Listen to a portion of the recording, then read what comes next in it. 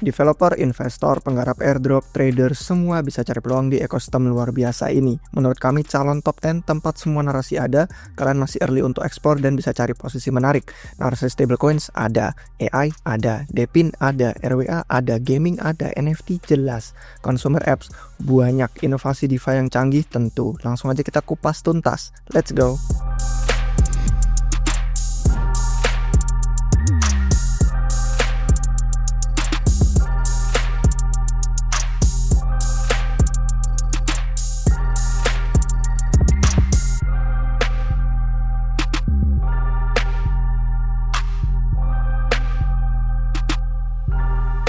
Oke guys, jadi dari semua narasi ini kalau misalkan kalian butuh konteks bisa nonton di playlist narasi 2025 dan ada beberapa kita akan update di tahun depan untuk 2026.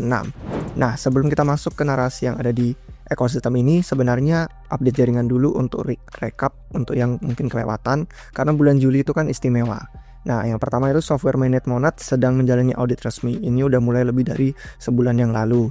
Terus kalau misalkan kalian lihat software konsensusnya yang Monad BFT itu sering kita bahas, sekarang sudah open source juga di GitHub, hasil ribuan jam engineer kategori labs, dan ini bukan cuman L1 EVM yang ngefork dari blockchain lain. Untuk eksperimen testnet 2-nya sendiri juga sudah upgrade dan salah satunya menerapkan konsensus Monad BFT yang canggih itu. Kalian bisa buka di gemonads.com untuk melihat desentralisasi jaringan saat ini gimana. Untuk adopsi developernya tuh masif banget, bantuan banyak infrastruktur, dan Monad Founder Residency milih 20 tim dari ratusan aplikasi yang akan dipandu dengan 200 lebih investor. Nah, sekarang kalau kita ngeliat di testnet itu sebenarnya udah ada lebih dari 160 aplikasi yang menunggu untuk kalian explore, kalian cobain, dan kalau tertarik mendalami bagian teknologinya, cek playlist Monad di YouTube Rupiah yang lain aja. Sekarang kita bakal fokus ke aplikasi, karena kalau misalkan blockchain L1 tuh nggak mungkin sukses tanpa aplikasi. Kita pengen lihat nih potensi yang mana aja sih yang siap untuk Monad, karena peluncuran mainnet kan makin dekat. Ada banyak potensi killer apps istilahnya yang akan kita sebutin nih di beberapa video. Tapi kalian wajib dior dan riset masing-masing sebelum kalian terlibat lebih lanjut. Yang pertama, kalau misalkan kita mau ngomongin soal first impression ya, waktu kita onboarding user baru itu kan harus mulus. Dan Monad blockchain baru gimana kalau orang belum familiar. Nah, Monad itu kebetulan dibantu sama Natsa. Dan kalian ini bisa pakai wallet yang mendukung EVM, Solana, kayak Phantom atau MetaMask, keduanya bisa. Dan untuk yang belum punya kode untuk masuk ke akses Natsa ini, saya bisa share di sini ada contoh pakai aja salah satu dari 13 kode yang tertera di layar ini.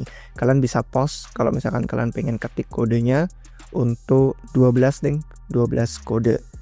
Nah, kalau misalkan kalian login tiap hari di Natsa ini bisa jadi tempat faucet dan peruntungan Mon lebih banyak, terutama kalau kalian pakai kayak arcade seperti ini. Sambil explore juga ada beberapa aplikasi yang sudah mereka integrasikan di bagian dApps, token. Nah, kalau misalkan kalian sudah onboarding, udah tahu, udah sering pakai testnetnya Monad, kita sekarang mulai masuk ke kategori narasi yang menarik. Pertama itu payment dan stablecoin. Nah, untuk payment stablecoin ini sektor pasar yang masif banget dan Monad sudah akuisisi Portal. Portalnya adalah infrastruktur stablecoin yang didirikan Raj Parekh dan dia sebelumnya direktur produk kripto global di Visa. Dengan akuisisi ini Raj jadi mimpin pembayaran dan stablecoins di Monad Foundation. Nah, infrastrukturnya ini mendukung jutaan dolar stablecoin tiap hari untuk perusahaan Web2, aplikasi apapun, semua bisnis, bank, institusi keuangan, toko, kartu, rekening, pembayaran apapun bisa masuk blockchain tanpa nulis kode dari nol. Dengan teknologi Monad yang performanya tinggi, desentral, Portal ini jadi membuka luas akses stablecoin ke seluruh dunia. Tim Portal berbakat dan Raj ini salah satu orang yang paling berpengalaman di industri keuangan dan pembayaran on-chain. Menurut saya Monad jadi siap nih, nanti bisa bersaing kalau udah launch mainnet. Harapannya bersaing dengan Ethereum, Tron, Solana, dan mungkin L1 khusus stablecoin kayak Plasma. Nah, yang kedua itu adalah kategori DeFi. Karena latar belakang pendiri Monad kan trader. Jadi DeFi itu jelas yang paling banyak inovasinya. Kalau ngomongin blockchain performa tinggi itu biasanya bisa pakai limit order book. Tapi limit order book pun sampai ada banyak macamnya. Yang pertama kayak Clover, ini omnibook istilahnya ya. Jadi dia agregator, dia punya fitur untuk memecah order itu ke banyak jalur likuiditas. Konsepnya tuh dirutein kayak Jupiter yang ada di Solana. Kalau kalian tahu itu pasti familiar. Selain Clover ada satu lagi yang namanya Monorail juga sama, agregator omnibook seperti Jupiter Solana. Nah, kemudian untuk hybrid order book itu melayani, karena hybrid istilahnya dua, market maker yang canggih sama liquid yang pasif, liquidity pool yang pasif kayak AMM biasa di Uniswap gitu contohnya. Jadi gabungan hybrid ini ada kalau misalkan di spot itu pasarnya Kuru, kalau untuk yang perpetual itu di Drake Exchange. Oke, setelah ada Omnibook, agregator, hybrid order book, ada lagi parallel order book. Kalau yang ini modelnya itu nyatuin tapi saling sharing liquidity juga. Contohnya kalau kalian pengen lihat Solaris, ini untuk spot dan perpetual, dia ada dua-duanya. Nah, kemudian kalau kita cari yang lebih kompleks lagi ada Capricorn, ini dibangunnya sih sama veterannya DYDX, Robinhood.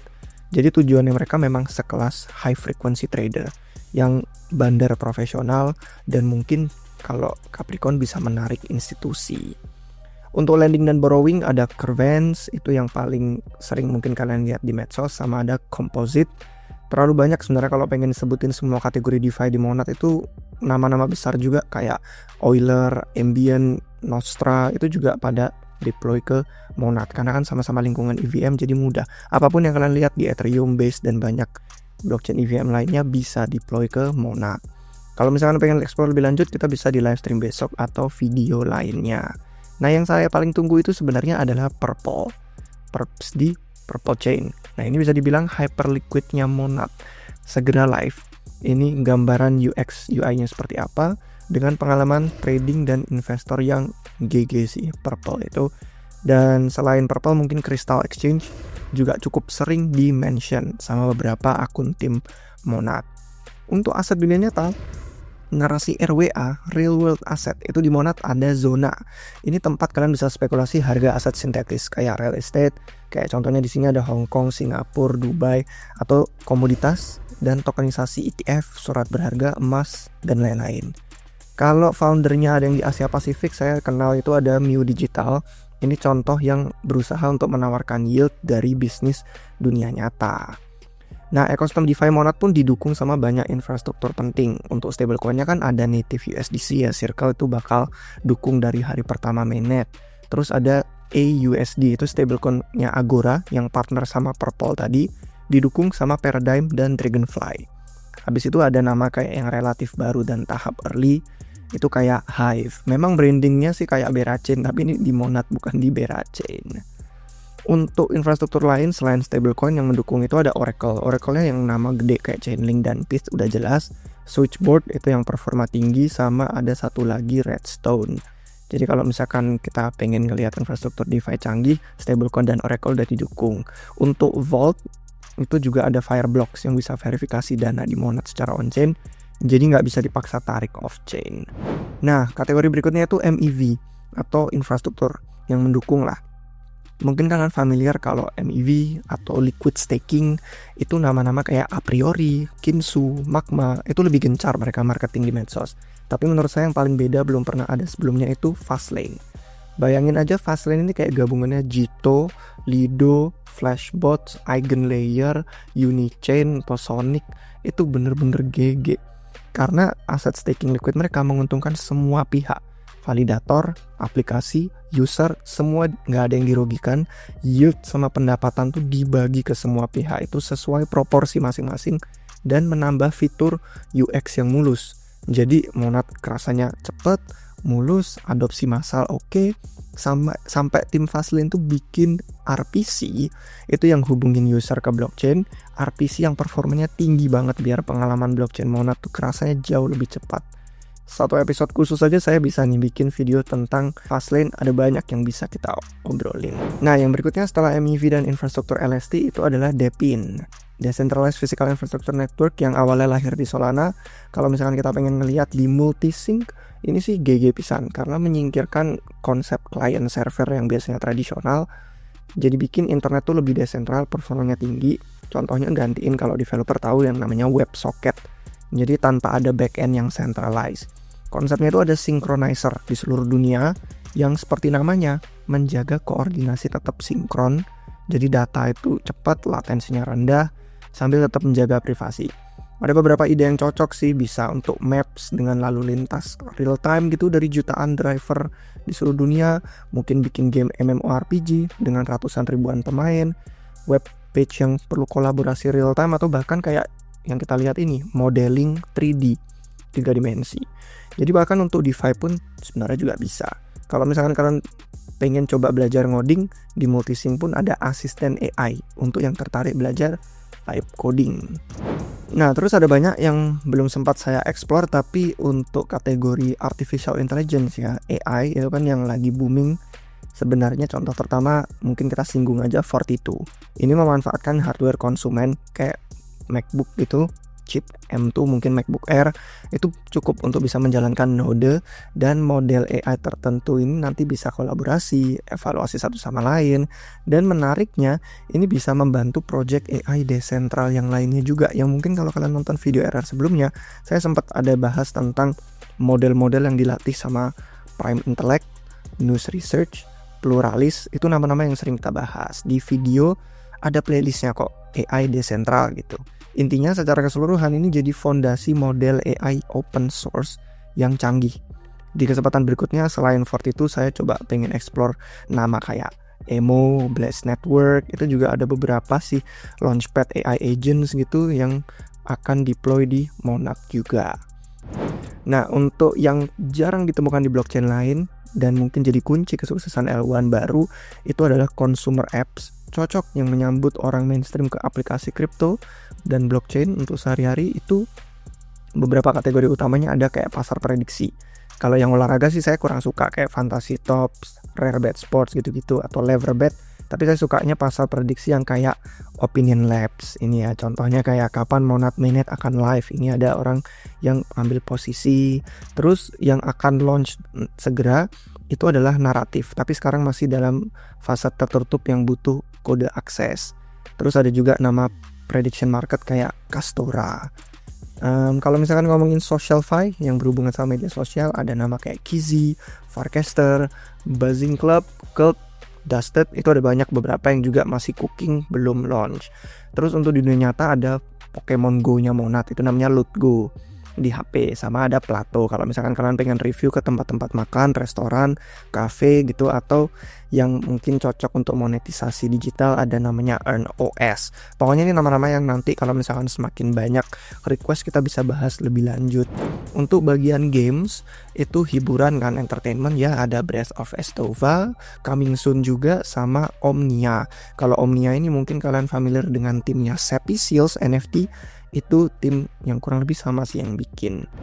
Untuk NFT, wah itu jelas rame banget, banyak karena di Monad lore-nya tuh panjang, ada Mona Animals berbagai macam, dan saya suka terutama yang dari kayak Molandak dan derivatifnya Chalk. Terus selain Magic Eden, marketplace yang mungkin sering kalian pakai atau ada nama dulu Poply, saya sih jarang sih buka Poply. Ada juga kayak yang namanya Scatter Art. Ini bener-bener vibes-nya sih menarik sih, untuk UI UX-nya sih saya suka, mirip banget, maksudnya cocok lah untuk marketplace NFT.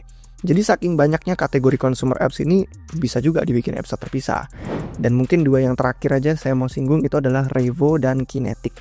Revo ini bikin smart glass Web3, kacamata pintar gitu, ada berbagai fungsi, dan Revo itu menggabungkan AI sama spatial computing dengan teknologi blockchain gitu. Jadi walaupun masih di tahap awal, bisa jadi solusi alternatif dalam perlombaan hardware sehari-hari yang canggih. Untuk Kinetic sendiri fokusnya perlindungan IP, intellectual property. Untuk para kreator, kalau misalkan kalian familiar dengan L1 khusus IP kayak Story Protocol, itu udah pernah kita bahas di video YouTube RR sebelumnya. Kurang lebih tujuannya sama, coba aja tonton yang itu.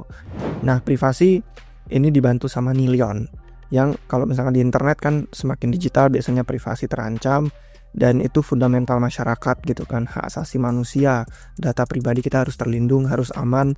Jadi masa depan privasi yang berlaku di semua industri, entah itu kesehatan, AI, DeFi, itu sedang dikerjakan oleh Nilion.